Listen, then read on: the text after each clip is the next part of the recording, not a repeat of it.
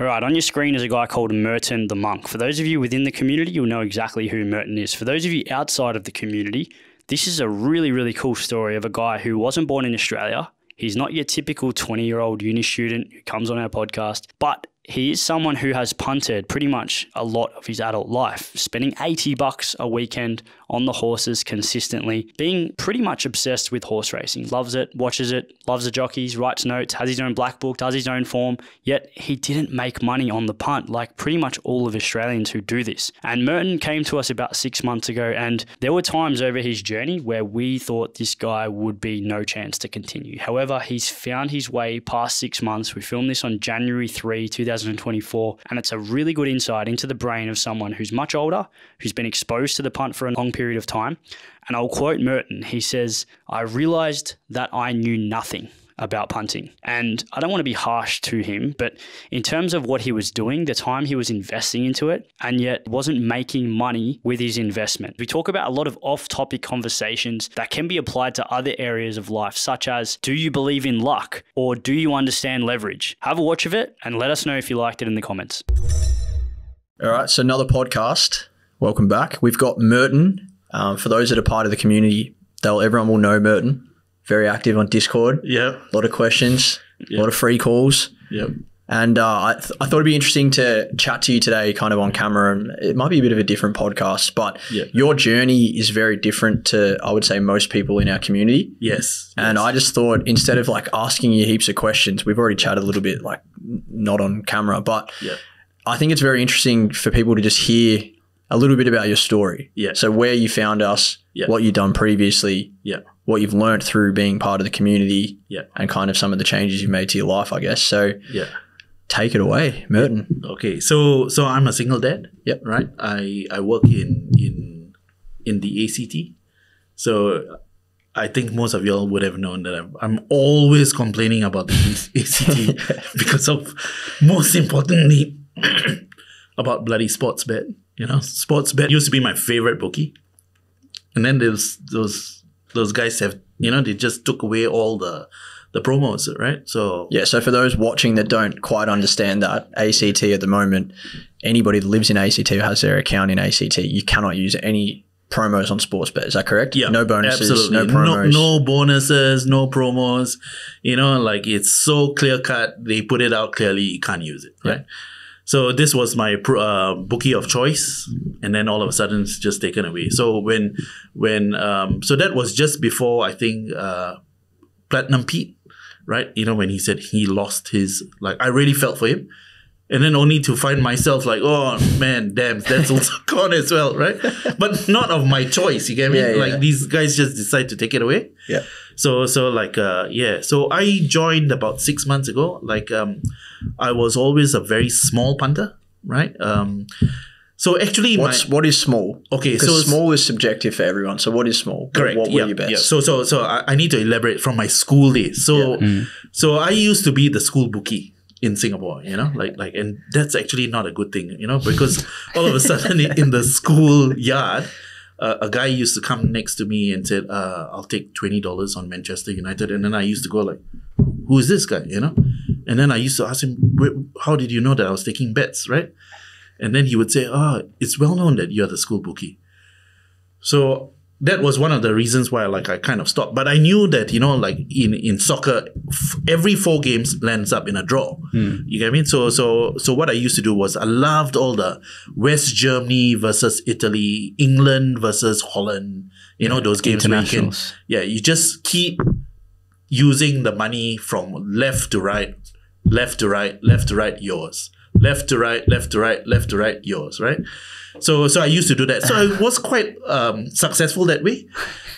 But I was also mindful that, if I got caught, that's it. Whole school career down the tube, caning. Because yes, in Singapore, they do the caning, right? In front of it. What were we talking, like 1970s, 80s? Yeah, 70s, even in the 80s and everything. Then I went into national service. Yeah. 2.5 years, right? And then I used Were you the bookie there? Yeah, I used to punt with the Chinese guys there as well, And that was a shocker because those guys used to take big bets, and then they used to, so I used to be the runner So I used to take bets from friends and all that. And I had friends who were always punting everywhere, right?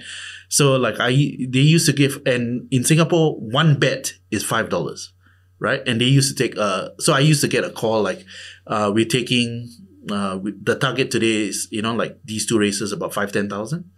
And then like, so I used to go and run, hey, do you want $100, $100, like that kind of thing, right? And then I used to, so I used to collect a little bit, and then I used to punt a little bit. So recently, Danny Beasley has come back to Australia, right? Yeah. And I realized like I used to punt when he was a jockey in Singapore, so those were my punting years, right? Then when I was a student, I used to punt and I used to listen to 2KY, right, on the radio. Used to write notes, like these garden gnomes when they start talking, I used to write notes a little bit. Then I had, in recent times, I was telling these guys that, I've had a very good friend who was, he's very good at listening to how Waller talks, So like if Waller tells you, oh, this horse, then you need to look at which horse he wasn't talking about. And invariably, that's the horse that wins, right? So like I'm one of those also who writes my black book. I've got this black book. I write down all the notes. I watch after the races on a Saturday in the evenings. I'm by myself. I'm taking notes, I'm watching the horses that, get badly blocked. I'm writing that down, or miss the run, miss the jump, all that kind of thing. I write all those notes. And then I've got a 3-horse, 3 times rule. 3 strikes. 3 strikes, right? 3 strikes and you're out, right? So I follow that. So when I first started, sometimes I win. And then every year I do a check, right? Most of the time it's a donation, right? For years, but not a lot, right? So what I used to do is like I used to punt $5 $5 each way, $5 here, $3 here, $3 here. Amount that I spend for the weekend, just on the races, $80. Bad weekend, lose all $80. Good weekend, come out with about $40, $50. Great weekend, you've doubled it, right? Invariably, sometimes I walk away with a loss of about $30, $40, right?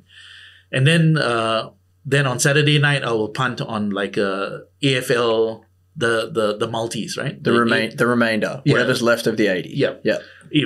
Like I'll do like this into this, or 2, I'll take 3 favorites on the AFL. Sometimes you're okay, because I think AFL, it's not so bad like the NRL. Like you get a lot of upsets and everything, right? So again, a great weekend for the whole. So I'll check on a Saturday night, up $40, up $50, or up $10, up $3, up $6, and I pull everything out and never leave anything on with the bookies, right? Yep. So because I just don't believe it, like because if you got some money there on Sunday, you'll also throw in a couple of bets. So I pull everything out, right? And then like, so even with that, so if I make some money, I go out to have dinner, that kind of thing. So a little bit, you tend to use your gambling, like how you structure your life a little bit here and there, right? But I've always enjoyed this game. Like I've always said, oh, it's under control, right? Is it really under control? I'm not really sure, right? So I was in a relationship with someone who hated the races, right? So she even asked me to go for Gamblers Anonymous, right? So I went, right? Yeah, okay. Oh, if you want to get married, let's do Gamblers Anonymous. You need to do the Gamblers Anonymous. Went. Did those questions, right? And they said, no, you don't have a problem, right? So I thought, okay, great. Someone else had the problem, but I won't beg that person, right? So that was my thing, right? Okay, so I'm quite mathematical in nature. I also teach children maths. I teach the Singapore maths program and all that. So I've always known that you need an edge, but I knew I didn't have the edge, right? I've got. Can you explain what that means to you? Okay, like so what does the edge mean? So like so I came to Australia very late, right? So I never played AFL. I've never swung a cricket bat, right? Considering that I'm Indian, right? so when the Indians come down, I got no relationship to all that, right? Okay, so so when it comes to the edge, Like in AFL, they will predict some score and they said the total points will be like 168.5 or something like that, or overs and all. And I keep going, how's that the game always ends up 165, 170? There's always like a 2 point difference, right? So in order for that to happen, you quite likely need to know, like, okay, these forwards will score roughly how much, and then the other side will score roughly how much. Give and take here and there in order to get that result, right? And then how do you more or less know that? Because you have to take into consideration the people that get injured and all that kind of thing, right? So I've always been very intrigued with that. And then even in NRL as well. And a lot of other games as well, right? Even in the soccer. So I knew no edge, right? So I thought, okay, if anything, I'll go with racing, because that's my passion. I really like the racing. From young, I've always enjoyed the racing. So, okay. So I used to do the form, right? Okay, follow the form. And then I even go on YouTube. I follow what some of the British guys will tell you how they do their form. I've looked at, so I was quite good at Betfair as well. When I say I was good at Betfair, it wasn't the use of Betfair, but looking at the numbers turn. Watching the market. Yeah, watching the market, you know. So that was before I learned Betfair Live. So where I think if you understand those numbers, they may give you a slight edge, right? But that was before Platinum and all that. So with this one, I will look at the numbers. I can see, there's heavy punting onto like a particular horse and all that kind of thing, right? And then I'll look at my notes and everything, and then and I'll throw my $5 in, right? So sometimes I get it right, and then you go like, yeah, that's it. You got it. I've cracked the code. I've cracked the code, right? I think this is it. And then you get this next 2 weeks, right? And there's always 1 or 2 weeks in the month or in the year where you go, I think that's it. You know, you've had it. You should stop racing, right? You've got no clue. Absolutely no fucking clue. Right? So I was always looking for the edge, right? So anyway, I kept seeing you guys on TikTok here and there. But I think the thing that I saw was this genuine hate for the bookies, right? And then another thing was I kept seeing these other guys begging you guys, right? So I kept thinking to myself, these guys must be onto something correct, right? Okay, so anyway, I joined, and I'm one of those, right? Like, they say, we've got all our stats on our website. So I thought, great, even better. So I went back, I even looked like, and they've got that chart, that famous chart, which you all guys really need to understand, right? That log chart where if it comes down, it will go back to the mean, right? And then it will go up, keep going up, and then it'll drop back, and then it'll go back to the mean. So you're speaking about the system results graph. Yeah, that spoke to you. Yeah, when you saw that explained. Yeah, because I've you're a maths brain. I got my maths brain. I went, and then I was telling the guys I'm a bit of a Bitcoin person as well, with this whole log chart thing on. If you look at Bitcoin from 2008, heavy swings, right? Massive swings. 1,000 back to 200, back to 10,000, down, then went to 20,000, back to 3,005, up to 89,000, down to 22,000, and currently at around 60-something thousand, right? Poised for 200 over 1,000. The guys will laugh, but that's my personal belief. Or right? 10,000 again. Oh, 10,000, right? Okay, but if you understand the log chart, it goes back to the mean, right? So, okay. So with that, I kept looking. So I took points, and then I just did my own checks. Yeah, it's back to the mean. Did my own checks, back to the mean. Checks, back to the mean. Right? Of our results. Yeah, based on the results, right? Just taking from here. So when I start, here was a guy that was doing $5 bets, right? And then I did maybe about 7 or 9 bets, 10 bets at the most, right? So all of a sudden, when you've got these 22 units that you had to lay, I went, whoa, this is quite a lot of betting for the day. You get me? But then I went, okay. So the first week that I tried to see it against what I had, and then I noticed a couple of mine completely died, whereas these guys had won. So I went through this whole 7 or 8 weeks where we were winning, right? You weren't even a member yet? No, I was a member, right? Yeah. So I was already following, but you were looking, very small. And you were looking at the tips versus what you would have bet, or what your notes said. Yeah, what my notes were saying, right? And I realized, you actually know nothing, right? Right. So it helps that 8 weeks of winning, right? Okay, and I was starting on a very, very low base, right? And I was kind of, and I think I was in communication with you, but I was feeling very embarrassed because most guys were on bigger values. Yeah, but it doesn't matter. Yeah, I was on $5. Yeah. Even that, I was kind of going this is not my usual patterns. I don't really do that. So when I went to 10, I was like, whoa, that was right. And then I made one big mistake. And that was I was trying to move in increments and I went to 12.50. Yeah, that's right. Yeah. Right? And then I lost Swift bet. Yeah. Right? I was doing everything right, and then someone said, but who bets $12.50? And then I realized, yeah, that's true. No one does $12.50. And that was the first account that went. But then if you look through the Discord, in that band thing, bloody Swift bet. Yeah, it's very, very hard to keep a Swift bet for more than 6 months. So if you keep Swift bet past $300-400, I think you have done really well, right? They are the first to just tell you to piss off, right? So anyway, went to $15, right? And then I think we had our first major hit, and this wasn't the grand final hit, July maybe? Yeah, in July, right?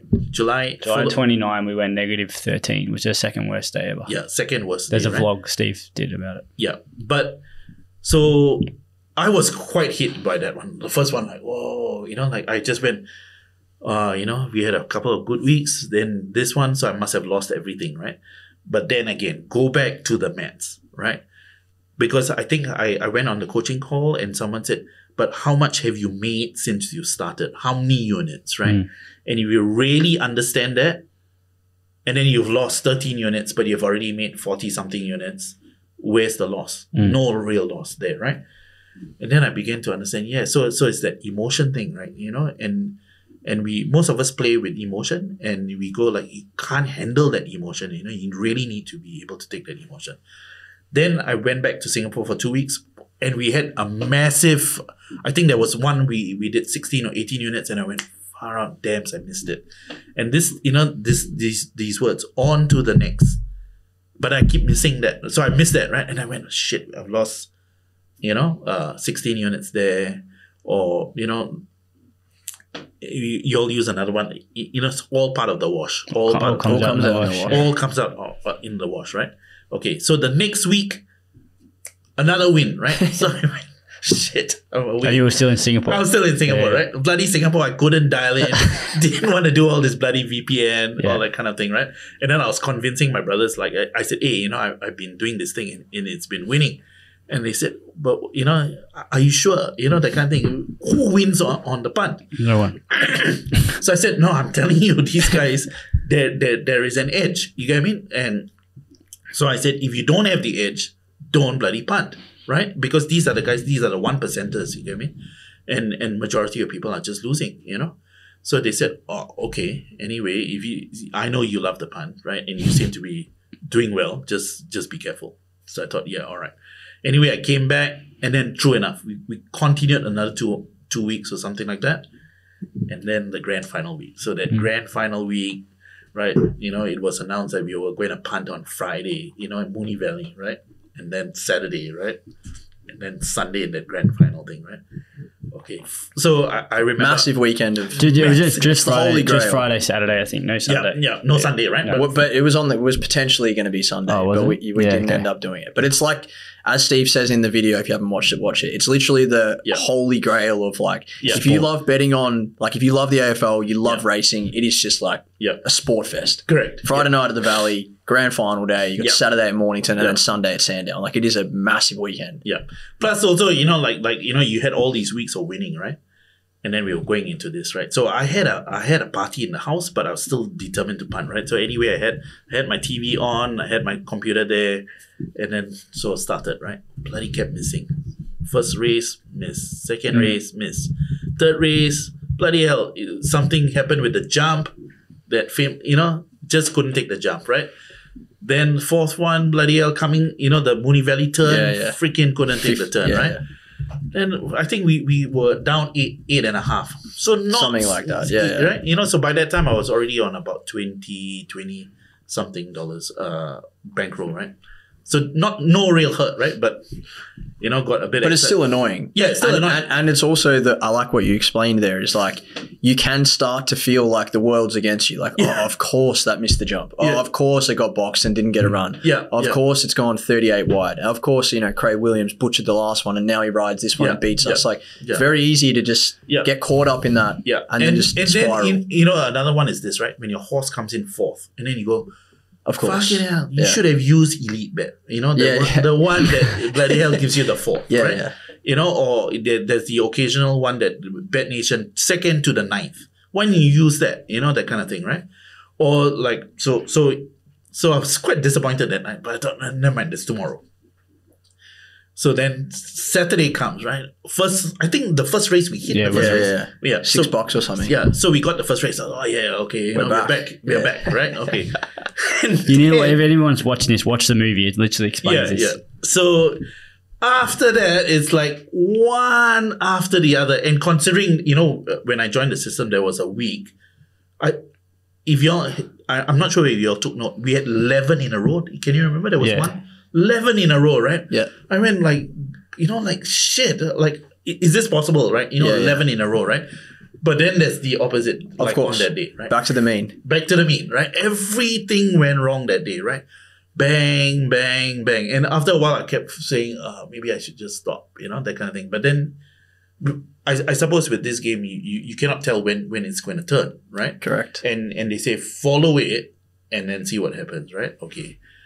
So we go to the end and what, minus 18 was it? Minus 21 across those 2 days. Yeah, so minus 8 and then minus 13, I think it was. Minus 13. So all 21. Minus 21, right? Yeah. And for the first time, like I just got the whole perspective, right? Because I know I was winning for quite a while and then I got this day, right? And then I just went. And then I went into the Discord, right? And then I saw a lot of the other guys, right? Seasoned guys. And truly, their words very, very calm. This happens, shit happens, right? Take control of yourself. Control this. Because if you can control this, right, then you can control this, right? Once you can control this, Then I also went, right, like what would I have done previously, right? Okay, so I know. I used to do the typical leave things towards the last few races, right? And of course, there's the great Morfettville. Morfettville always ends the day, normally, right? You get Victoria, and then if it goes bad, you still got the last opportunity at Morfettville, right? And then I used to very often and I'm not a big punter, but always try and plunk that extra in there to pull the day and see whether it's okay, right? The get out stakes. Right? And typical, I watch Get On all the time. So even if you don't have that, you still got, you still got Brisbane, and then you still got Randwick, right? And then maybe you can pull something. Or WA. WA, right? Pikey, right? See? Good old Pikey, right? You can always try Pikey in the last, right? Yeah, especially straight off, you're not sure, go down to the last race 8, check, is he running the favorite? If it's 180, 190, 230, I know we're joking about this, but there are so many people that actually do that. I've done that before. He was doing that. I have done that before. Like, I have done that. So I know that it's real. Yeah. And then I'm a stats guy, right? So I've always known, right? Like, when Pikey came to ride in Victoria, I went, why are you doing this, right? Stay in your lane, right? in Western Australia, the people of what Northern, Escort, all that kind of thing. Stay there. You're doing really well, right? So when he went back, I thought, oh great, you can always trust him in the last. And then I'll always look, okay, yeah, he's riding the favorite there, right? And then if you look at the form figure, 2, 1, 1, 2, 2, 3, something like that. As long as it's not X079 or something like that, you know more or less he's on, right? Okay, and then just hope. That correct. That is what it is. Hope. It is, yeah. Hope. All hope, right? Okay. So, bang. Most of the time, it doesn't happen. Second, right? And pipped at the bloody post, right? That kind of thing. So unlucky. Yeah. Parbury will hit him. Parnham's, the two brothers there, just get him at the line, right? And then just miserable, right? So, okay. Like I was saying, I don't lose a lot, but like I act as if like you feel it lost, right? Okay. So anyway, I just want to say just jump in really quickly. I like how you're explaining this, but this JP explains this really well, is that you can feel emotion. Like, it's fine. You can be disappointed. You can be flat. You can be frustrated. That is so fine. That's normal. It's human behavior. But if you then change what you're doing or act on it, that's the mistake. That's the thing that most punters do. And if they didn't do it, they would either make more or lose less. So that's what we're like hammering home. If JP sends like a big message in the group, it's like, you can be flat. We're flat. It sucks. But just don't do anything differently and see where you are in, 6, 8, 10 weeks. So this whole thing about your bankroll, right? If you're on $15 bankrolls or $20 bankrolls, right? Stick to it, right? So when we were winning, I went, oh, winning day, come on, just put in, or sometimes like, like you're just about to put in a bet, right? And then you get one more unit on this, right? And you go like, come on, Johan, why don't you just load the boat? You know what I mean? Just going hard. You know what I mean? So, but I just went, no, like, so I'm, and in the platinum notes, is that the whole relationship and money. Everyone should read that. Everyone should read that, So there's that whole thing about really understanding that whole thing, right? So actually, I want to narrate a story. Chuck, if you can, come a bit closer to the mic. So I actually want to narrate a story, right? And this can be quite embarrassing because like my son always disturbs me on this. So I always wanted to get an Omega watch, right? Always wanted to get it. So pre-COVID, I checked out an Omega watch. It was about 7,000, right? So I noticed me and my brothers are of a different league, So I told my brothers, I said, hey, I wanted to get an Omega watch. And my brother said, oh, how much is that? So I said, about 7. He said, well, when you get a Jaeger LeCoultre, that's about 14. So I said, but I've never heard of any of these things. Oh, so I said 14. I said, that's double what? He says, yeah, but that has value. You get me? So I thought, oh, okay. Anyway, so that's my brothers, but it's me. After COVID, the bloody watches went up to 11,000, So I thought, shit, that's out of my league, right? So anyway, I've decided to get something that's not real, right? And it's an Omega, right? Okay, so it finally came and it's exactly like what it looks like, right? So I found out that Swatch bought Omega, right? And they've got the replicas and it's $400 over, exactly the same. But they've taken those watches, that kind of thing. So finally I got the watch, sold my dreams, bought the watch, used the watch and everything. And then I realized, now what? No feeling, right? So all these grand aspirations and everything and then nothing, right? So it's your whole relationship to money, you know what I mean? And this was where like, I totally get you guys, like the hate that you'll get, right? On TikTok where, people are just trying and you'll genuinely want to help people, right? And I know, you go into the Discord and then sometimes you like, I've got a couple of things and I'll go like, whoa, on the Discord, like you'll come across quite strongly, right? But then I realized that if I continue to make this mistake, it will cost dollars. Not only dollars, hundreds of dollars, quite likely thousands of dollars, right? But you're going very, very quick, right? No, stop this. This is wrong. Yeah, it's very direct. It's very direct. Honest, yeah. You got 200, maybe more on the Discord, right? Oh, and 2,000. Yeah. Well, yeah, there's 600 tipping system followers, yeah. Yeah, so there's a lot of people that are following, right? You let one or two things go, it's just going to parabolic. It spreads like cancer. That's it, and you can't pull it back. You get me? Oh, like we should have seen this and all that because you only read what you want to read sometimes, right? So I know all these things are really, really important. So and then we take you on as coaches, right? And basically, like with coaching and all that, like I know there's a lot of the younger ones, you'll do all your powerlifting and all that kind of thing, right? As you can tell, I'm not exactly a picture of fitness. I mean, like so powerlifting and everything is out. But last year I took on swimming, right? Yeah. And I got a coach, and I swam for Starlight Foundation during that time. And so for me, that like just how you correct your stroke and everything, and then once you get there, and that's where you can keep going. So that was really, really important. You see, so It's funny that you say that about like JP's messages in the chat, like they're very direct or they're very to the point, or it's kind of like, oh, he doesn't get how I'm feeling, or and the misconception there is like, and some people say like, oh, JP's arrogant. Yeah. Right? He comes across, he's so arrogant, like he acts like a know-it-all. And it's not from a position of arrogance. It's from a position of, my guy, I've done this for 7 years. This is what I've done. This worked for me. If you don't want to listen to what worked for me, that's fine. If what's working for you is working, go ahead. But more often than not, it's not. So if what's happening for you isn't working, this is what I did. This is how I made money. This is how I coached XYZ to make money. So if you want to do that as well, or try that, by all means do it. And if you don't, then that's all right. Like, see you later. And the most important is also my black book, right? So I realized my black book is only for 1 or 2 races. You know what I mean? We've got so many races, like maybe 5 races on a Wednesday and 22 or 23 races on a Saturday, right? And you're not writing notes for everything, right? So I gave up my black book, honestly. Black book is dangerous because you said something before, you'll start seeing what you want to see.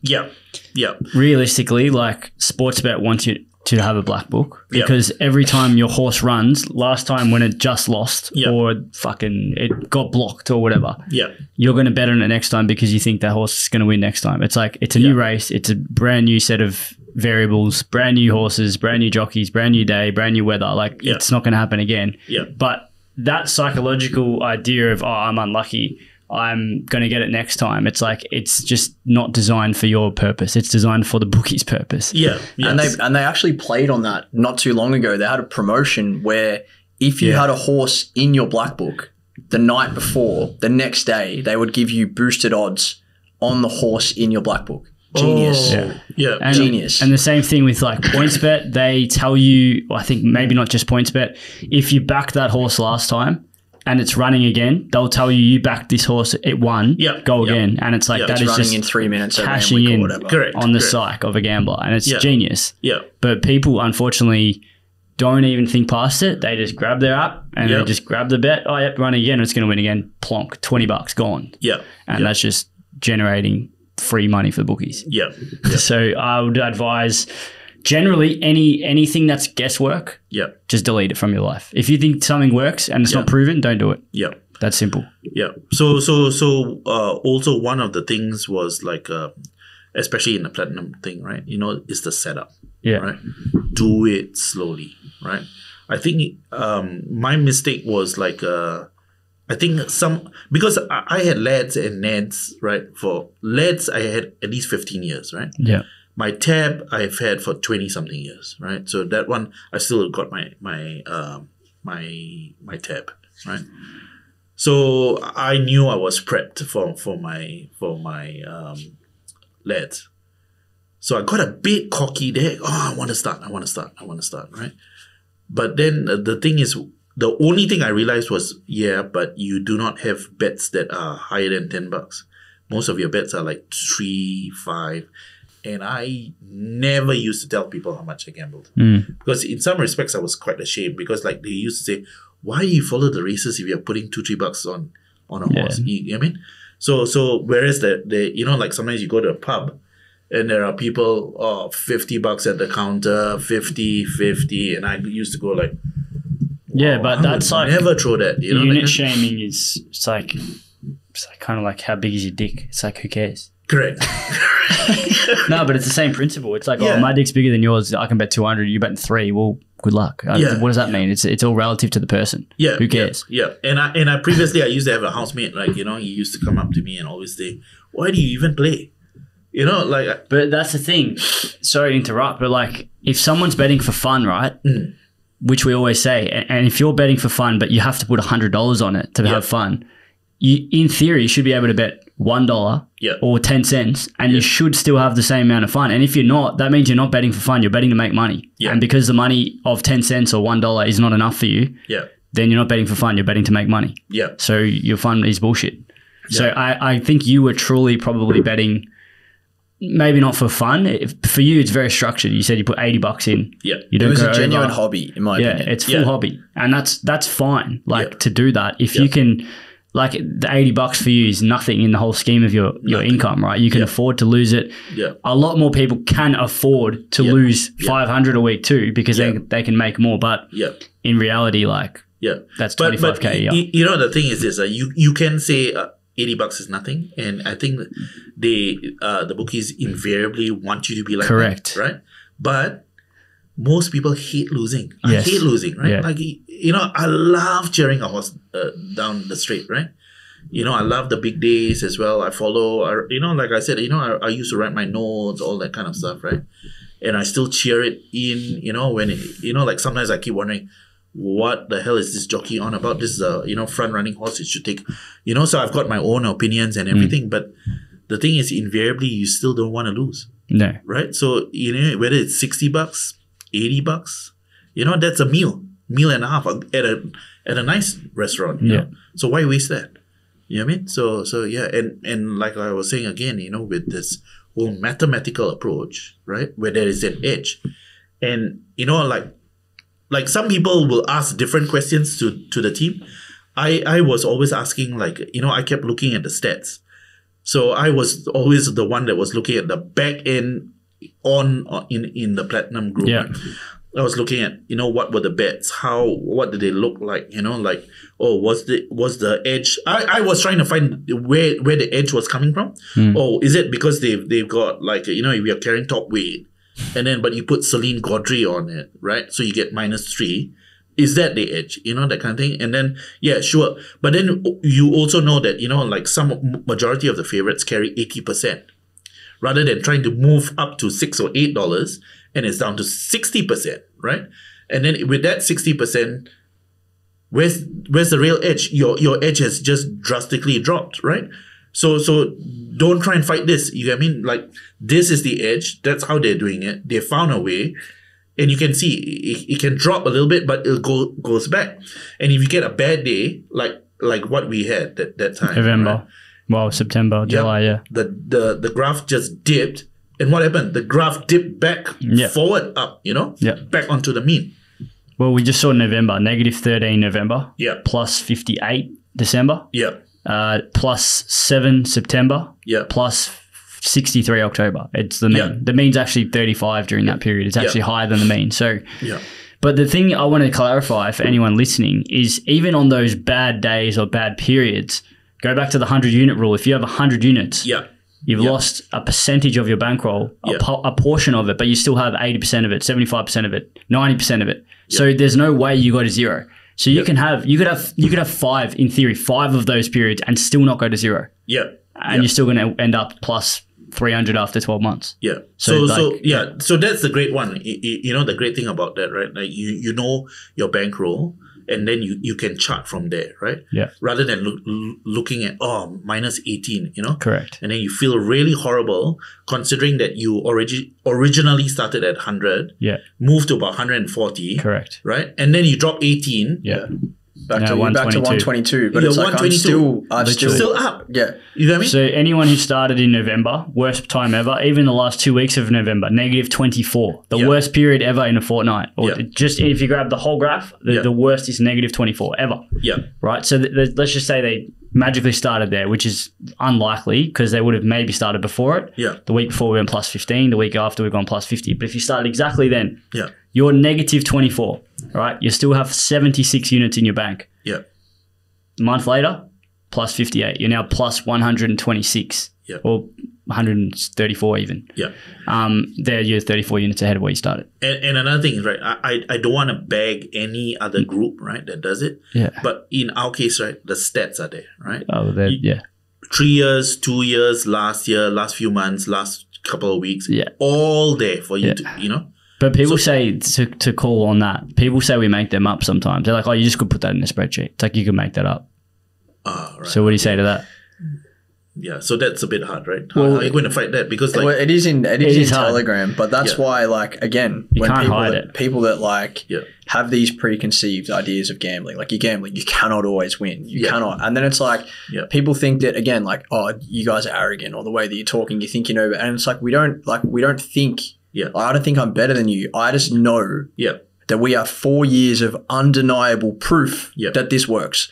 Yeah. And we've done it. So if you don't want to do it or you don't believe it, it's fine. But we have, it's literally all there. Every single tip is in Telegram. The date, the time that it was sent, every single tip is in the graph. Price. It is there. Like it is there for you. Yeah. If you look at it, it's there. It's undeniable that it's there. Yeah. If you choose to believe that it doesn't work or that it's a scam or that it's bullshit, that you're making a choice to not make money this way. And that's on you, not on us. And I suppose the sad thing is, you know, you get the person that comes in for a week or 2 weeks and then jumps off. Yeah, that's a harder one. I've got a video that's brewing at the moment to explain a little bit deeper as to why people jump off. Like there's obviously different reasons. Yeah. Some people don't understand the process. They don't understand the 100 units. They don't set up properly. Yeah. A whole heap of reasons. Some people just jump off because they want to break. Some people have life, doesn't fit in with their life. Like there's a whole heap of reasons. But usually when someone lasts 2 weeks, it's due to impatience, lack of understanding, maybe not even watch the videos. Like there's people in the last 2 weeks, we've had probably 140 new subs over the 2 week period, 110 in a week. Yeah. There's going to be people in there that have signed up to like get tips and they don't understand how it works and they just expect the tips to be sent and that's all it is. It's like, well, there's actually learning, there's actually setup, there's actually a period where like people can't sometimes understand that you can't follow the tips in the first 2 weeks. They can't comprehend that they've signed up for something and they can't follow yet. It's like, what's this? It's like, what do you mean I can't follow? And then the thing is the whole UX for each bookie. Yeah. Right? Because you need to have it open. Correct. Right? And then, you know, you're bound to make mistakes where you put the tip in, but then there's 2 units. So you need to put another unit on somewhere else and you press, but then it hasn't really gone through and then you're jumping across and then you look back, oh, I didn't do that. Yeah. And then you're pressing here again. This is going to happen. Mistakes happen. But like in the whole scheme of things, like if you look at one race, you made an error. Who cares? If you do that over 6,000 or not 6,000, that's 3 years. But if you do that over like, I don't know, how many races in a year? 2,000 races maybe. Yeah. Like who cares? You miss one mistake or 5 mistakes out of 2,000. It doesn't matter. Yeah. So you just have to zoom out, look at 12 months or whatever. Correct. So I mean, like, you know, like I watch some of the younger guys, right? They're so savvy. They you know, like they scale. They know what to do. I'm not that, right? So I just enjoy the racing. I'll continue to enjoy the racing as well, you know. So yeah, that's me in a nutshell. That's a pretty cool summary of all that, I think. In terms of just enjoying the racing, I think you also enjoy, like we were speaking before, you enjoy I think you enjoy the community aspect of it and also seeing like other people, because you said that you joined and then you were like, I know nothing. Yeah. But then like that happens for a lot of people that join. Yeah. And I feel like you're very, especially in the Discord, like you're very encouraging and like, I know what you feel. I've been there. I felt overwhelmed. I felt like it sucked after a losing day. And when you say that, or other members say that, because you even said you read from like comments from experienced members and you're like, oh, that makes sense. Like they've done it. So when you write stuff like that, I think you are inadvertently, maybe you don't even know, but you're helping other people stick around. And I feel like once you get through 3 months, you either make a decision at 3 months, you're like, yeah, this is, wow, like I'm going to just keep doing this. Yeah. Or you're like, I can't be fucked. Yeah. It's that 3 month period. And I think that more comments and more people speaking in the Discord about their experiences help people to get to that 3 month period. Yeah. And then they go as far as they want. I can say as well, you know, I think you've got quite a few hidden gems in the Discord. Yeah, there's a lot of elite people in there. Yeah, elite guys, right? And I think they have not really surfaced up yet. Maybe they're a bit shy. They are doing their back testing, right? They are doing their own, let's see how this works, you know. I think I'm onto something, but I'm not sure yet. Yeah. You know, like you guys should reach out to them, you know? Yeah, well, like things like even the Greenie podcast, he basically taught us the multi-turnover method. Even though Lenny was kind of doing it, it was made into a method now for Platinum Squad members to turn over bonuses. And that's from a member of the community that we probably would have found it eventually maybe, but like who cares? May not have. But like that's the benefit. If anyone who comes to me, like I got a Discord message the other day, someone who's obviously match betting, he's like, should I buy a platinum? I'm not sure. I just want to join for sustainability, but I reckon I know everything. I'm like, brother, with all due respect, you don't know everything and you never will. And that's not arrogant either. That's like facts. I will never know everything ever about match betting. Never. Because every single day I'm learning something new. But if you think you know everything, you're just literally putting a ceiling on your knowledge. Because if you're closed-minded, you're never going to beat 900 brains, 1,000, 1,200 brains. Like, not possible. Yeah. So have an open mind. And then the beauty of like having a losing day, like you said, and 10 people say, don't worry, it doesn't matter. Yeah. Then you're instantly going to be like, well, maybe fuck. it doesn't. Yeah. Well, maybe it doesn't like, matter. And you know what? To tell you frankly, those 1 or 2 days when we went down on those numbers, right? Like, I went, you know what? We needed that. No, you need it. Yeah, you so need it. Because right? you need. He always says that. It's good. I like it when it happens because it's like, all right, he's learnt. Now in 3 months' time, he's going to remember that and be like, I couldn't give a fuck. I'm going to act the same. The filtration process. Yeah, it's like, you know, so you don't do your own thing. Oh, I'll follow these bets. Maybe not these. You know, no. I'm not going to. Oh, Celine Gaudry is still on. You know, she's an apprentice jockey. Delete guesswork. Yeah. You know, not like Moonee Valley is a bit of a shit. Death Valley. Yeah. You know, the Death Valley, that kind of thing. You know, Flemington, if it's the penetrometer has moved out, 6 meters, or you know, it's soft going plus, you know, you'll go insane trying to invent things every day. You'll waste so much energy, so much time, so much bullshit. Just shut up and follow. Like, and we'll make the money for you. Don't worry about we'll sort that out. Yeah. You just follow it. I'm not quoting. JP will know this, and I said it off air. Like, I'm obsessed at the moment with AlexHormozi and just like watching his content. Yeah, Mosey Nation. But he says that he learnt this from Einstein and Warren Buffett and stuff. And when they look at like being successful or doing something well, the way that they think about it is they think about it in the inverse. So if I was to not make money betting, what would I do? How would you, if you're going to lose as much money as possible betting, what would you do? You'd bet with emotion. You'd bet multis. You'd bet same game multis. You'd trust your gut. You would do all of these things. Yeah, but hang on. That's step back. That's correct. But do people know that? Well, that's what I'm saying. Like, if you sit there and go, how would I lose? How would I not make money? What would I do? Yeah. And these are all the things I would do. So they're all the things that you would do to not make money. Yeah. So where do you start making money? You start by not doing any of those things. Yeah. And I feel like if people thought about that logically, right now, everything I've ever been doing, I lose money betting. Yeah. So what's the first step to make money betting is to not do any of those things that I was doing. Yeah. I feel like if more people grasp that concept from day one, they would take the piss at match betting. That's spot on. That is spot on for someone who is able to self-reflect and understand that. I agree. 100%. But if you go a step back, I'm going to start pushing this agenda. I'm actually going to make a company called Think, if it's available. So if someone takes it, fuck you. Yeah. But it will exist. But thinking, like, no one thinks. Like, I don't say no one, but like, people don't actually think. No. Like but Tom said that spot on. But people wouldn't even get to that. Majority of people are asleep. Literally asleep. Yeah, correct. Majority of people are asleep, right? They have got no idea what society is really, you know. But we could go on, you know, like you all have your vlogs and all that kind of thing, right? And you know, you can go into a lot of things that you all have discussed and everything, right? Majority of people are sleeping, right? They're just going on, just following life. It's just like they're making decisions that they're not actually analyzing. It's like, well, why am I doing this multi? If you thought about it, like Tom said, this is actually designed so that the bookies make money. So why would I do it? Am I trying to give them my money, or am I trying to make money, or what am I doing? Like, think about that. Guarantee you won't place the same bet. You'll place the same bet less than if you thought about it. And then again, right? If you are not sure, go back to the maths. Yes. Right. 2 teams, like, you know, how much is this, right? You add the 3. You know, like, so, okay, you win the first, then you win the second. You need to find out the percentages that go to that. Then you try and find the percentages of, you know, the next basketball team, you know, to win. That's the 3rd. And then you put your 4th game multi, and then your 5th. You got no chance. Yeah, if you go through the math, it's like you got like a 2% chance of winning or something. Yeah, like, and you know, and then we go the Bucks into the Pelicans, into the Grizzlies, into the Golden State, and they're all paying $1.40, $1.30, $1.70, $1.10, $1.10.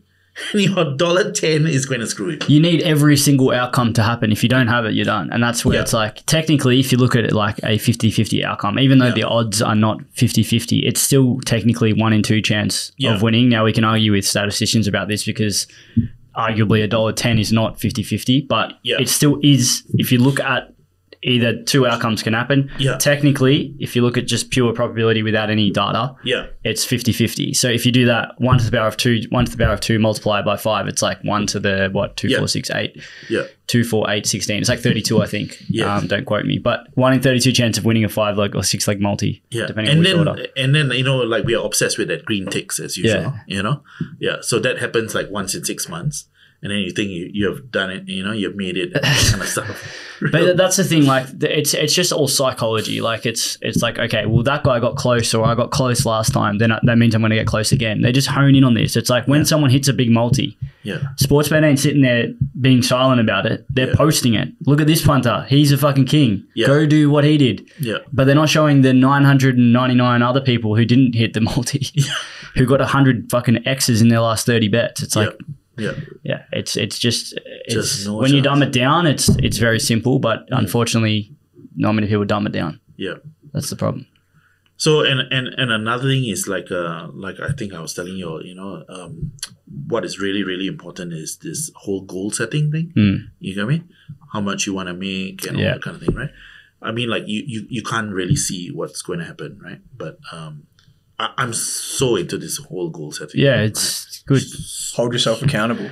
The goals and the goal. We ended up getting I think like 40 people in there. I'd love to get more. Yeah. I don't know. Some people don't like to share their goals, I think. Yeah. But they do have private names, so there was some really good discussions in there. Like people from anywhere from 5K in the next 12 months to 100K in the next 12 months. But not so much about the profits. It was more around like all the other stuff that people were saying, like. Someone's like mindset. Yeah, like I want to like changing the way that I think about my money. All of these things. Yeah.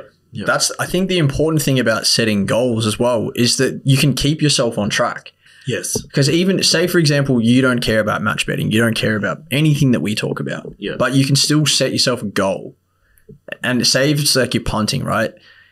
Do this because then you can see if you're on track. Set yourself, you're a punter. I do it for fun. I love multis, whatever. Yeah. My goal this year is to make $2,000 from my multis, from my betting. That's my goal. Even just set that and get to the end of the year and then check your bets. And if you didn't make $2,000 or you lost like 4, that should be like a reality check for you that you're not doing the right things to achieve the goals that you want. Yeah. So you need to change it. Yeah.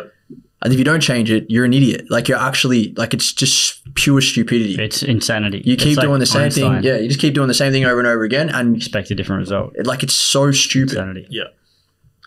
And another thing is, you know what? Reach out to you guys. Yeah, well, this is what Tom's like the other day. He's like, I'm sick of telling people like we're teaching people how to beat bookies and mentoring. We teach people match betting. It's like we mentor 1,200 people to make them millions in our community. That's what we do. Yeah. Like we don't just send out tips. We don't just make videos. We literally coach people one-on-one. This is what we do. And this is what more people need to understand. Like all that shit is way more powerful than sending you tips. Because the tips ain't fucking meaning nothing if you don't know how to control your head. Yeah. Yeah. And because you know what? The money can accumulate in those accounts. Correct.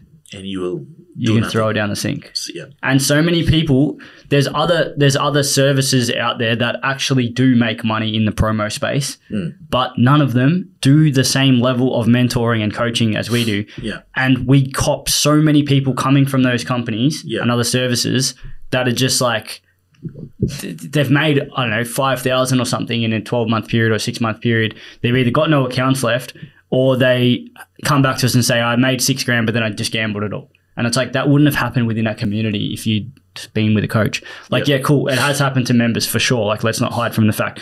Over the course of our Platinum Squad in 4 years, there's been, I don't know, probably 30, 40, 50 people that have had relapses and lost a heap of money after making it. But like, then you can argue like, it's just a mistake. They go back and learn again. Yep. And then they're now 2 steps ahead. They go 1 step back, 50 steps forward. What do you? It's just so funny that this has come up in conversation. Last night I was laying in bed and what I've started doing is if I have an idea or a thought, I just voice record it to my phone instead of writing it down. Yep. And I'm just going to play this. I can't remember exactly what I said, but I swear I said something exactly like that. Now, the reason all of these other services pop up that maybe are better at tipping or maybe are better at making money don't succeed is because what they're trying to sell or what they're telling people to do, they haven't done. So that's the one advantage we have over every other person in this industry is that nobody else has actually done what we're teaching. Like, nobody else has match bet for 5 years. Nobody else has made hundreds of thousands of dollars. Nobody else has run a service for free for an extended period of time. No one else has coached hundreds of different types of individuals into a position where they change their mindset and they consistently make a profit match betting. Like, we've actually done these things. So instead of telling people, do this, do that, we can just simply say, we've done this, and we've done this with this person, and this worked for them, and we've done this for this type of person, and this worked for them. So if you're that type of person and you're curious to know how it all works, then we've mapped it out for you. Instead of saying you should do this, stop doing multis, don't gamble, do match betting, we can just say, we have done this. This has worked for us. This has worked for Mayo. This has worked for Max. If you're somebody that sounds like you're in a similar position, well, we've mapped it out for you. So if you want to try what we've done, then you can try it. Does it mean that if you consume all of our content, you're going to make $1,000 tomorrow? Absolutely not. But does it mean that if you consume all of the content, you'll know how we made $500,000 match betting? 100%. Like, stuff like that. So I did that at like 10 p.m. last night with my mouth guard in. You can hear the air filter in the background, but yeah. And then JP just said all there. I thought that was kind of funny, but yeah, it's full on spot on. Absolutely. And for context, like, specifically talking about, let's just say there's one other service that's kind of been around for about, I'd say 6 months, is actually been part of the system. That there's a lot of people that they get system, they come in for 2 weeks and they're, oh fuck, I can do this. I can just send tips out. It's like, well, as a member, the sending the tips part out is like 1/20th of the whole thing. Correct. It's like, it's just the cream on the top. And if you don't have the foundation of the cake, whatever, you're done. Yeah. And they don't understand that. Or I don't know, they probably don't even know it exists. Like, a lot of these people, they wouldn't know about the back end of our companies. And it's not to say that we're better, but it's like, it's so deep. Like, the depth of this whole thing is so strong and the foundations are so deep that it's like, you can't, like, I would say you can't compete with that. Like, I don't want to sound like anyone can beat us, but like, it's taken us 4 years to build this. We have 15 people in our team now, not one. Yeah. And I would say I've worked 7 days a week, unless I'm on holiday, for 4 years, 12 hours a day. Yeah. Like, that's one person. We've got 15 now. Obviously not everyone's doing that, but we've got 4 people doing that, 3 people doing that. Like, it takes a while to build that. I don't agree with JP in that it can't be beaten. Like, it could be. It could. And we're not saying we're better, but it's just simply, this is what we have done. So to get here, you have to have done what we've done and more. Yeah. Because we're still doing that now. Yeah. So that's why, like, I reckon 2 years ago we used to get nervous, like, oh, someone else has started this up, correct. or one of our members has started this and started. But now I fully do not care. Yeah. That's what I kind of clarify. Yeah. When I said that, like, I don't see anyone as a competitor. Yeah. Because like that, I don't care. Like, we will keep, even if you want to try it, do it, but it won't affect us because we'll just keep going up. Yeah. And even if you do, like, you can exist with us too. Yeah, there's heaps of opportunity in this space. Yeah. But it's like, as soon as you try and copy something or do it half-assed, if you haven't actually done it, it eventually crumbles, falls down. Because people can see through it. You haven't done it. And the platinum material is really, really good. Well, it's actually like, it's really good. You say that. Yeah. It's getting up. We think it's not to the level we want it to be. So that's why we're redoing the whole thing. Yeah. So we will, like, it's subjective is good is subjective, right? Yeah. We have expectations and standards that are always growing. Like, we're always upskilling. So like, when we see, all right, that needs to be updated, it's like, well, someone comes in, that could be a little bit ambiguous. Maybe we should change that. We're going to do the whole thing again. So, and you know what, like I was saying as well, there are a lot of gems in the community, Yeah. So reach out to these guys, like, just ask for your opinion. Maybe even pass a couple of your videos out and then comment. Yeah. Like what do you think? Can this be improved? Yeah. What do you think? Which we've started doing. There's a lot of members that have been here for like 2 years. It's one good member that's actually part of the mentorship program. He's been giving us feedback on like ideas for videos and stuff. And like, this is just invaluable because like, he went mystery shopping as a new member, like to sort of help us. Yeah. He went into our Instagram DMs. He was deliberately a little bit vague, and he wanted to see kind of what happened if he was a bit vague with it. And this is all stuff that we're trying to improve conversion at the moment. Like in a sense of like people might not want to hear that, like we're trying to convert more people, but it's like. Correct.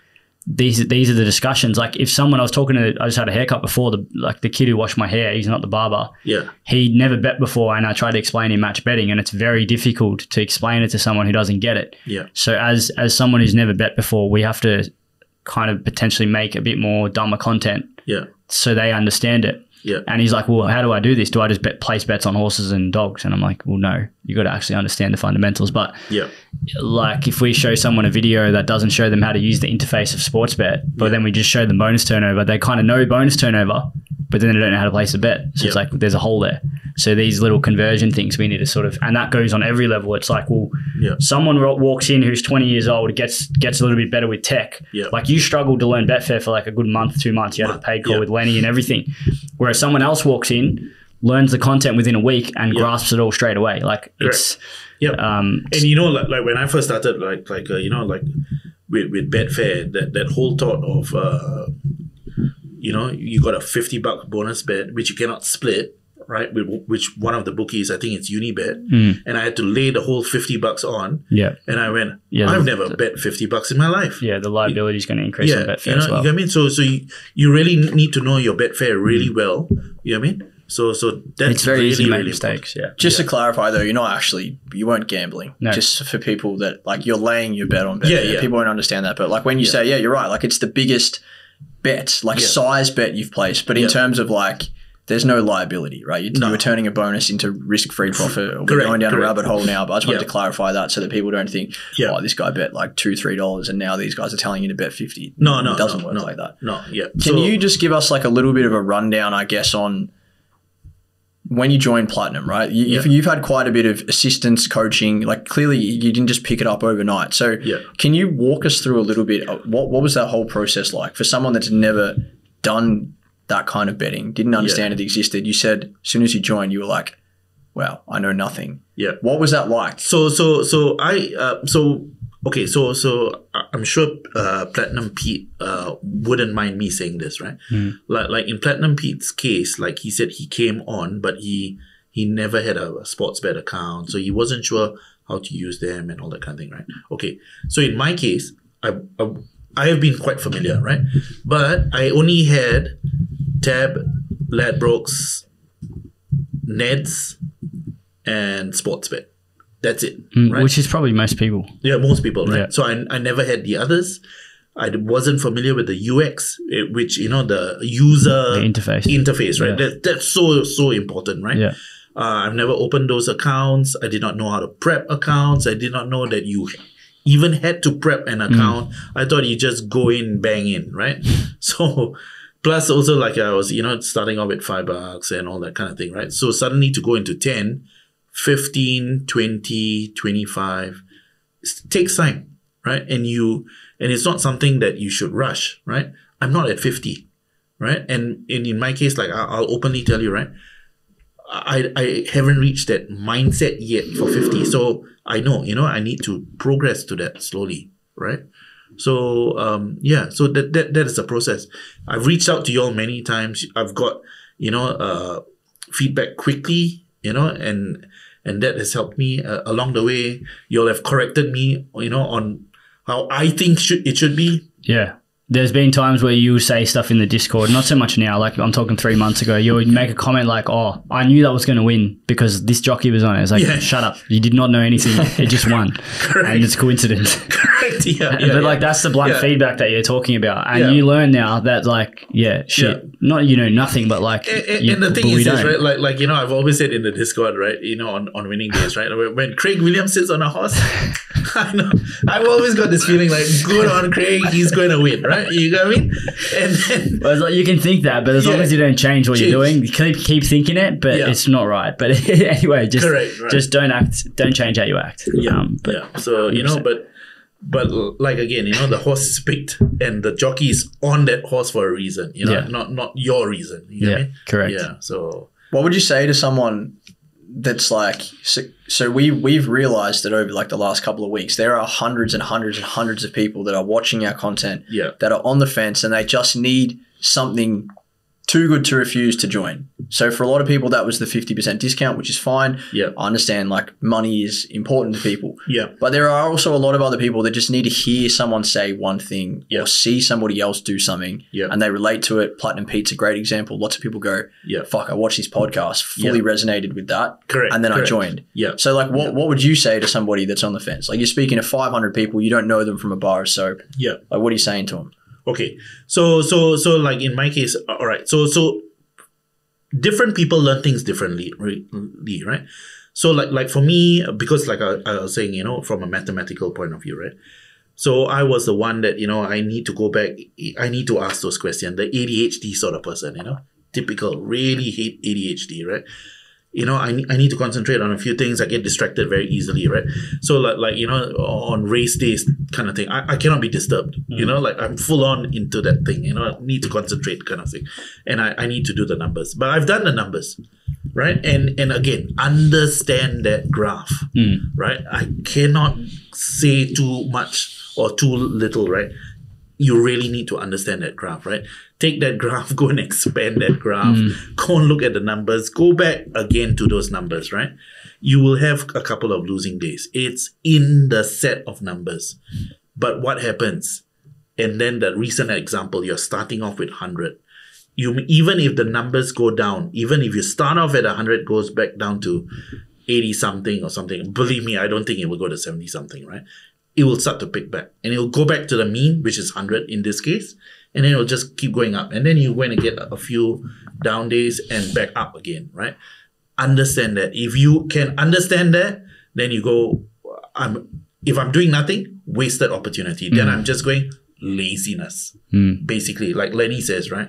Why aren't you making this? Laziness, basically. Well, yeah. I so resonate with that thing that Lenny has mentioned, right?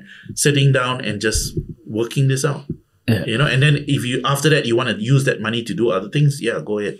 Yeah. It is, it's a choice. Yeah. You're a lot of people go like, people look at it like, I haven't tried it, I don't know what it is, so I'm not missing out, or like it's not part of my life. But you're actively choosing to not learn that. Yeah. Or to not make money match betting, or to keep losing like gambling. Like that's a choice that you make. Yeah. And you get to make all these different choices in your life. Like, for example, people go, oh, like it must be nice to be fit. It must be nice to like lift weight, like to be strong. Yeah. It's like, I chose to do that. Like you can choose to do that too. Do you know what I mean? Yeah. People always used to say to me when I was match betting, oh, you haven't like worked a day in your life and shit like that. Yeah. It's like, brother, this is when, like, say 8 years ago when I was living off match betting and people kind of didn't know what I was doing. They kind of didn't see that I was working. It's like, I chose to do this. Yeah. I didn't get gifted some fucking magical skills. Like, not to say that I'm magical, but like I learned match betting. Yeah. I discovered the opportunity. I took the opportunity. Yeah. And that's what I decided to do. Whereas other people may have known that it existed, chose not to do it, and they have a different life. Yeah. That's your choice. And, again, life is taking on, and trying to find the edge in anything. Yeah. Whether you're good at costing, whether you're good at law, you're good at physiotherapy or whatever, right?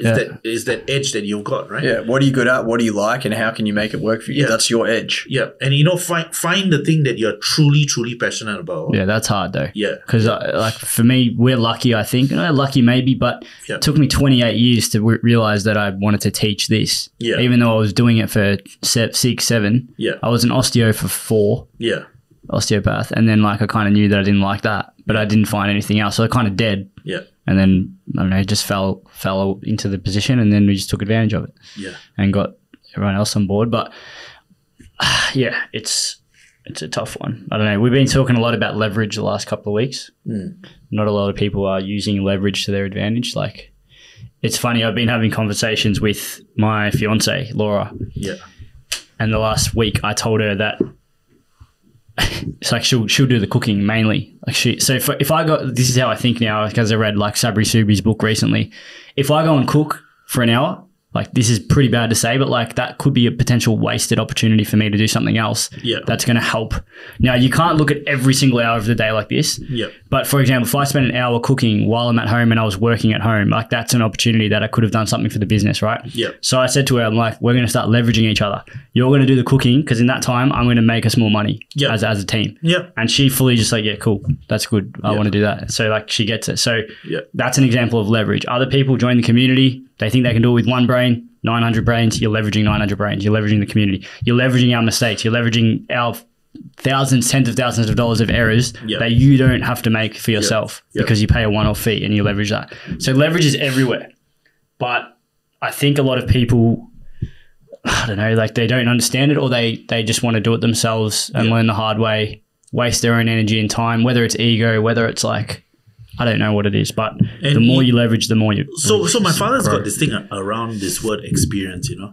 He says it's so much easier to learn off the experience of others. 100%. Right? Like there's no world where that doesn't... Like that's flat out. Every single person who is super successful, it does the same thing.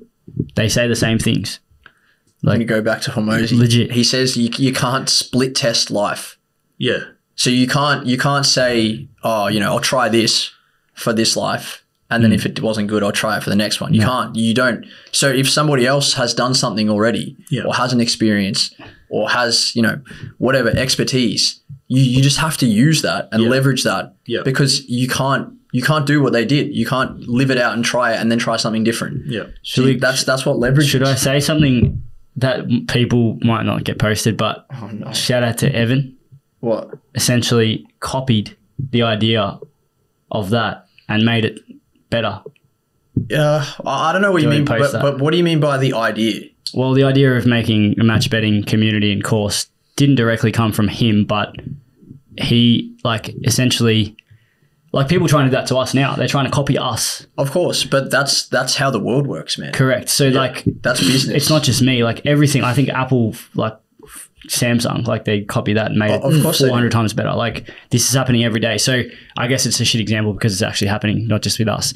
But no, but it's everything. It's like Body Fit, F45, all of these things. They just see something that's working and they're like, that could work, but I would change X, Y, Z and make it 50 times better. So there was one player in the match betting space back in probably 2017, 2018 in Australia, and kind of when we started, like I didn't even think of this until I had Kira helped me. I thought we're going to take it to the USA, and then like just thought like, well, we can do this, and then I kind of used that as a not a base, but like as a what's there, like it's a guideline. Yeah. And then just in my head made it 20 times better than what I thought it could be, and then we're here we are. Yeah. And we're always making it better now because we're always constantly having to evolve. So I guess you could argue that was a leverage of. I don't think that he would be pissed by that in a sense that like all that would make him do is either work harder or do something different. Yeah, and you said maybe before, he doesn't see it like that. I don't see him as a competitor or anyone else as a competitor because it's just different and everyone can coexist. So it's just, and if someone else is doing something better than us in the space, like we're just going to bring it to our community. Like why would you not do that? That's it. Yeah, that's life. Yeah, I guess it's people don't like hearing that though because they think you're just copying something. Like a lot of people. Would but if it was just copied, why you won't succeed. Yeah, I agree. If you just mirror the exact same thing, it has to be better or different. Yeah, you can take an idea. Like I can tell every single person watching this podcast, start a match betting community. It's elite. Yeah, go and do it. Yeah. Well, I used to be scared of people. Yeah, this is the thing. I used to be scared of telling people my ideas. I know. I remember like you said. I used to hate it. I used to be secretive. I'm like, I've got this idea, but I'm not telling you. And this is like a mate. I'm like, why the fuck am I so paranoid? Yeah. Like he's not going to go do it.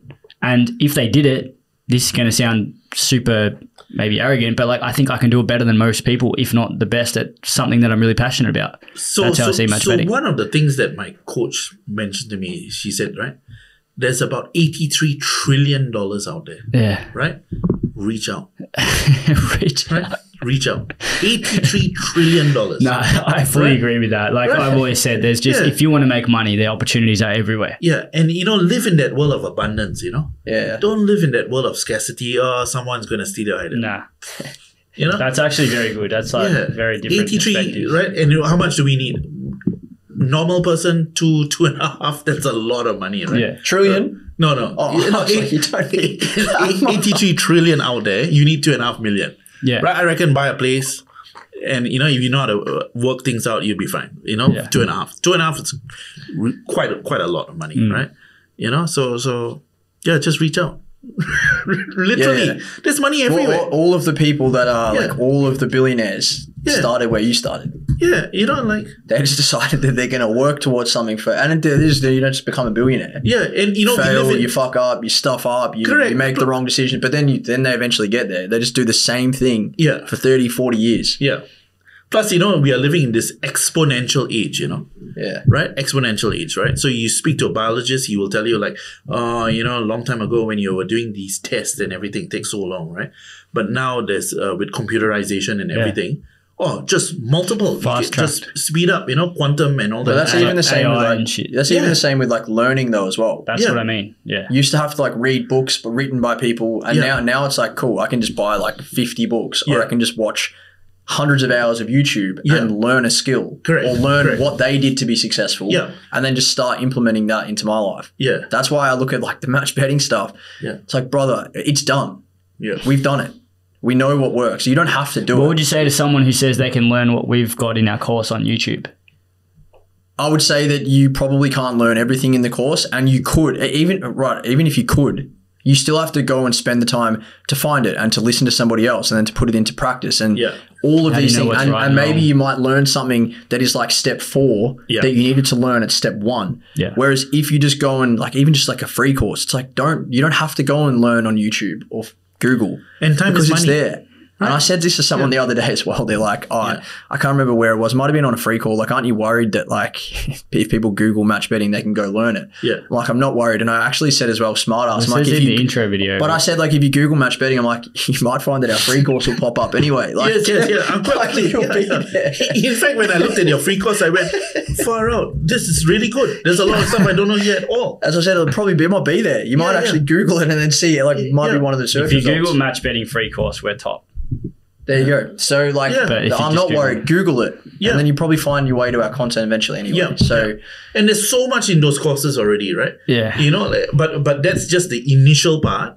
Where they, of course, don't go and open 15 and try and get all those bonuses and lose everything out there, right? But that's just the initial stuff. And now that you're like going to improve on the course and all that kind of stuff, there's the head space, the heart space as well. You know what I mean? And then just the whole aspects of what needs to happen and everything. Yeah. And it's so great that you're getting, a lot of the young ones, right? Who now know what they can do. Yeah. Like freaking 37 years ago, there was nothing. Like I had nothing, Like I was telling you, listening to 2KY, what this Gardner is saying, hoping that he's right. Then, what the trainer might say, what Gay is going to say, and then you take that down, and then the weights and all this kind of stuff. And then second, third, fifth. Bloody hell, they decided to pull the all. You get me? Yeah. And then, there's all this whole bankroll thing. You don't know anything, right? Question for you. And you as well, but I already know your answer to it. Do you believe in luck? I think there's elements of it. You need a little bit, but you create your luck. Honestly, I believe you create your own luck, and you need to live in that world that you are lucky, and more luck will come your way. That's what I was going to say. Like, I believe in luck maybe not luck. I would call it chance. Yeah. But if you put yourself in different positions, what luck looks like is very, very different. Yeah.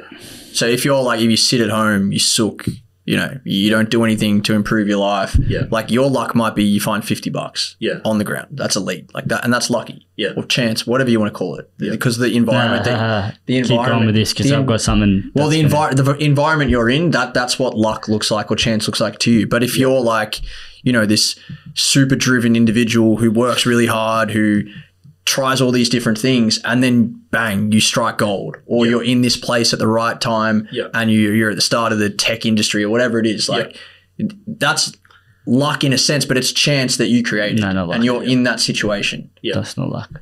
Yeah, it's numbers.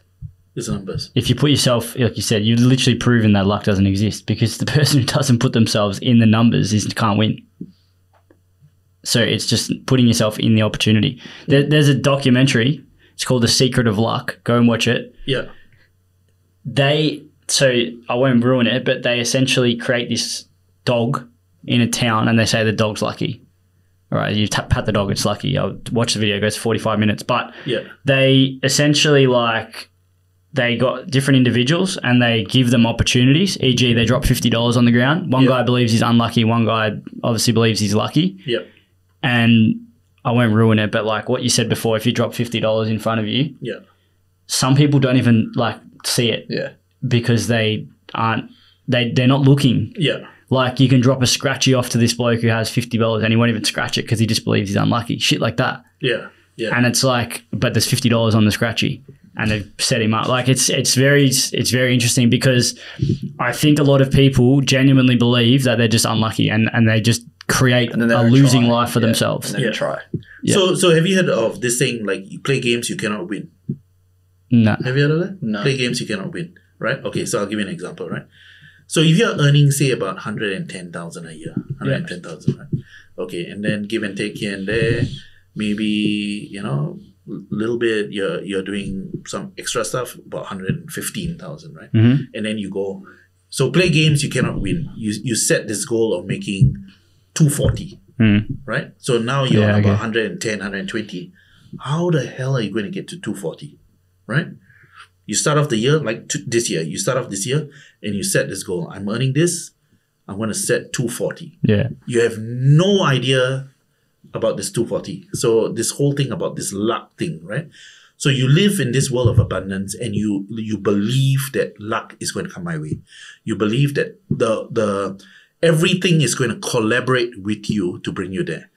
At the end of the year, you go, shit, I missed the 240. We made 190. 190. Yeah. Almost there, right? But miss. Again, perspective, right? How the hell did you get to 190? No, didn't believe, right? So many people go in so I'll give you, this is a true story around my life, right? I went for a job interview, right? And I was in audit for 3 years, earning pittance, but I wanted to get that CPA. So I was studying in the background, right? Okay.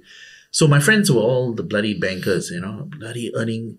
You won't believe, previously in Singapore, you could earn 15 months bonus.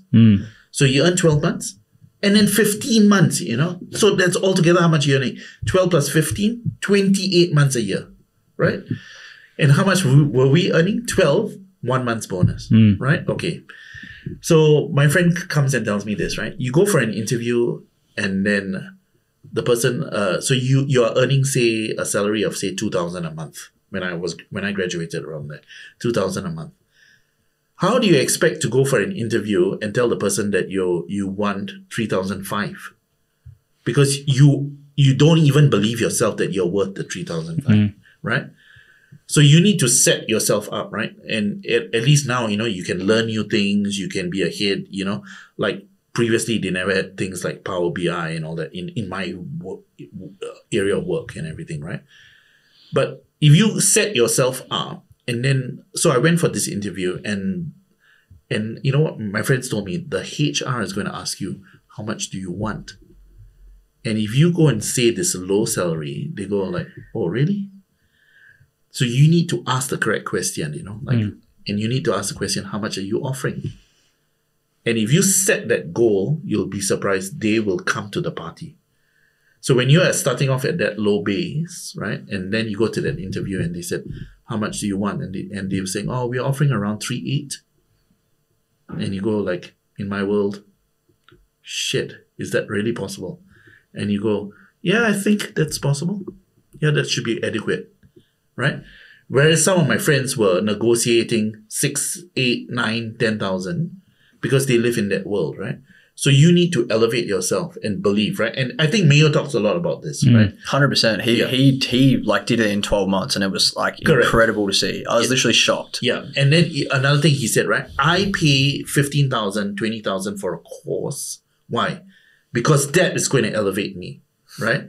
And you pay that 15, 20,000, but the elevation is a lot more. It's 250, 300. Correct, right? And it becomes so worth it, right?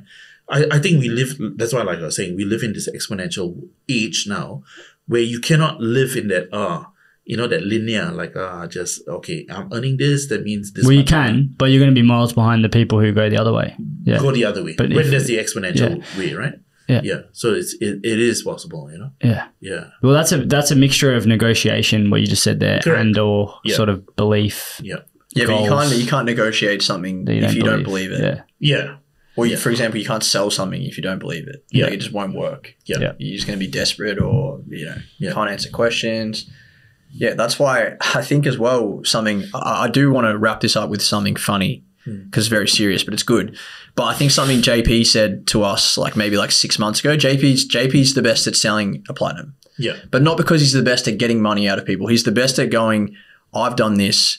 If you want to do what I've done or what Mayo has done and what Max has done, this is the step. Yeah. And the step is you need to join Platinum, you need to learn these skills, you need to learn Betfair. Yeah. This is what you need to do. You don't buy it, don't buy it. Yeah. But the reason that JP is so good at getting lads on board or females, anyone, is because he knows that it's true. Yes, definitely. I'm just telling you that if you want to make 10K, this is what you'll do. Yeah. Now you don't have to believe me, you don't have to do it. Yeah. But they listen to it and they go, fuck, okay, that makes complete sense. He's done it. Mayo did it. Max did it. Yeah. Merton did it. Yeah. Okay, I'm going to do it. And then they buy it. Yeah. And I think that's something that I definitely learned from JP is that what we're selling is we're teaching, we're literally mentoring, coaching, providing skills, knowledge for you to go and make 10K, 20K, 50K, 100K, whatever you want. Yeah. You just need to understand that you're not selling them this cost or this it's not a burden on them. It's an opportunity for them to be better and to go and make all this money. Yeah. And they pay a small fee that's to us, which allows us to continue our business, to grow our business, to make it worth our time. That should be irrelevant to them. Of course, but I'm saying that was the thought process that I struggled with for a while. Yeah. Because I'd be I could sell this guy a platinum. But the thing is, your guys are providing value, right? Correct. The material is definitely good, right? And you all believe that you all can improve on it. And that will happen, right? So I think that I should be saying to you all is the challenge this year is bring us all to a higher level. Well, yeah. Which will and it will happen. Yeah, of course. I know, because the things that you all have copped, right? And I go, why the hell do these guys take this shit? But even sometimes those people, you could look at it two ways. Same thing again, perspective. It's we get called every name under the sun, but then there'll be certain hate comments that I'll be he's got a good point. I'm going to change that because we can make that better. It's brother, I've just leveraged your hate. Yeah. While you're sitting there hating, I've leveraged to make our community better. Yeah. So good luck. You lost, I win. Yeah. Yeah. There's a transaction. And the person who has been hating, he's not elevating himself at all, right? Correct. Right? You don't see him saying, I've 5,000, I've helped my family, I've contributed to this. No, nothing. Nothing. You know what I mean? He's not studying a particular sport and not really knowing it well. Nothing of that sort. There was. I want to talk about this before we round it up. There's a kid in the system who's not platinum. He should be in the platinum squad. He just refuses to join. Right. The other week we had Boxing Day sale. Yeah. There was 45 to 50 platinums that joined on the day. Yeah. Someone from the outside looked, look, you guys made $50,000 in the last 2 days. Literally wrote that. He wrote that. It must have been a good period. You guys are fucking killing it. Well done. I respect it, but I'm not buying it. And inevitably he hasn't bought it because he doesn't want to pay us. Yeah. And he's restricting himself to prevent paying us. Yeah. So if you look at that, who's winning there? Yeah, because I say, at the end of the year, he'll find, yes, I've only done this. And like you say, right? That 15%, that extra incremental increase over the 300 is a lot. You get what I mean? Oh, yeah, Back to the numbers again. Yeah, right? But even if I think he may have already be using Betfair. So he already is getting 80, but he still doesn't understand why he would join Platinum, and he doesn't understand it's not worth $900 for him on that day. $900 once off to leverage literally 10 years of mine, 7 years of his, 5 years of Steve, 3 years of Lenny, 900 other brains. What is that worth? Trust me, it's worth more than $900. A lot more. But they don't see it like that because of... They think magically that we click our fingers and suddenly we can manufacture $40,000, $50,000 revenue in one day. Yeah. Brother, that's taken 4 years to build. Yeah. And cool, the business is getting rewarded, but it's an opportunity. We ran it for free, worked for it shouldn't matter. Pennies. Not that it matters, but it's fine to be I would love to do that. And then it's you can have it, but for the next 12 months, you're not going to make any money. So do you want to do that or not? And most people would say no. Yeah, but So that's fine. But he could do that too. He could make $40,000 in one day too if he created a company. That's what I'm. Yeah, that's what I meant. But it takes time. Each their own. To get to that. I want to finish off with something very, very different. We've never done this. We've never done this before. I think I know what you're doing. No, it's a little bit different, but it's relative to picking up $50. And I want to ask you both this, and we'll finish on this. Definitely it's been a great podcast. It's not what you think.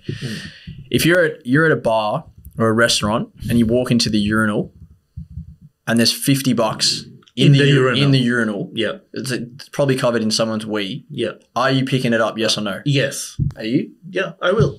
Yeah. Okay. Yeah. I just wanted to know. It was a conversation we had with mates. What I do with it is another thing, but I'd pick it up. Yeah, I'll pick it up. I run it in the water a little bit, right? Because Australian. I just wanted to know. Because one of my mates picked it up and he was getting a lot of shit, and I said I would have picked it up for sure. No, the people giving him shit wish they picked it up. I pick up coins, when I see coins. There. I just sort of finished with that. It's a bit funny. It's a bit different, but I was just curious to know. Rinse me for picking it up too if you're watching. Yeah. Tell me I'm fucking. Yeah. I thought it was a funny conversation. I'm like, the next time we interview someone, I'm going to ask him. Yeah. Would you pick it up? So I'll tell you a little bit of funny story. Maybe it's just me, right? So if I drive, like, say, from Canberra to Melbourne, right? And I may be begging the ex for this, but never mind, right? So I doubt she'll watch it. Yeah, I doubt she'll watch it. To help, you get me? So the thing is this: I'm looking up petrol spy, right? 176, 154, that kind of thing. Okay, I more or less know my car can get up to here, and then I will save some, maybe incremental $3.50 and all that. I used to get pissed off when all the way there. Can I have 2 bottles of water at $4.50? And then I return to the car and she says, "Oh, you're all pissy and everything." And I go like, freaking hell! I just tried to save $3. And I've wasted $9 there, right? Whole bloody rest of the journey screwed up. You know what I mean? But that's the principle you said before. That's hating losing, essentially. Yeah, but it's the small stuff. Yeah. It all adds up. Yeah. You know what I mean? It all adds up. It does. So, I think that's a good way to finish it. It does all add up. Yeah. All adds up. And back to that, the Betfair thing, right? 65%, 80%. Yeah, last year it was 106 units. Yeah. More. Yeah. So on a $50 unit size, you would have made an extra $5,300 maybe. Yeah. Yeah, $5,300. That's a lot of money. Yeah. In my world, that's 5 a lot platinums. of money. It's 5 platinums, not including the all the other bonuses that you could have turned over with all the other methods and sign-ups and stuff. But yeah. All good. Too easy. Well, it's been a pleasure. Very different, but I've really liked it. Yeah. And, it's good. And I think, like you said, don't BS your way. Like, have it very orchestrated. Or contrived, just let it flow. Yeah. It's been a pleasure, I really like your guys. On. Yeah. It didn't take much convincing with me. I'm sure when I spoke to you straight up, you would have told the guys he's on. Yeah. No, it's been good. Yeah. Enjoy the drive back to Canberra, and we'll chat again soon. Cheers. Thank you. So if you want to learn what match betting is and how to get started, there's a free course linked directly in the YouTube description. It goes for 60 minutes. It contains a number of videos explaining how it all works and how you can get started for free today.